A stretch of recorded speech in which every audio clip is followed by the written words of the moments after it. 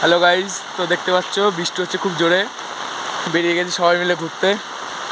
এই দাদা খালি গাছে তো মুখটা দেখালাম না ভালো করে, তো সামনে আরও ভালো ভালো ভিউ দেখাচ্ছি।